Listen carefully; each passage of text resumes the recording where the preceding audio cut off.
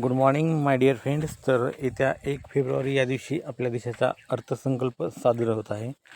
तर या अनुषंगानं असं एक मत व्यक्त करतो की देशातील जी काही म्हणजे जो काही महागाईचा उद्रेक होत आहे, पेट्रोल डिझेल जे गॅसची जी काही दरवाढ होत आहे, त्याला कुठेतरी आळा बसला जावा, म्हणजे थोडंफार तरी काहीतरी प्रमाणात कमी झालं पाहिजे. तसेच GSTचा कर जो आहे तर त्या करामध्ये पण थोडीफार काहीतरी सवलत भेटली पाहिजे. कारण प्रत्येक वस्तूवर आता बऱ्याच प्रमाणात हा GST आकारला जातो, त्यामुळे महागाई वाढत आहे. तसेच शेतकऱ्यांच्या शेतमालाला म्हणजे भाव नाही आहे. तसेच वेगवेगळ्या रूपात जे काही कर आकारला जातो, GSTमध्ये जे काही वेगवेगळे कर आहेत, तर ते थोडंसं काहीतरी म्हणजे अनुपूरक असं असावं, कमी प्रमाणात घेतलं जावं, जेणेकरून महागाईला थोडंफार आळा बसेल.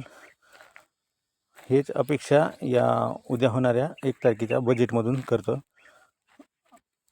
धन्यवाद.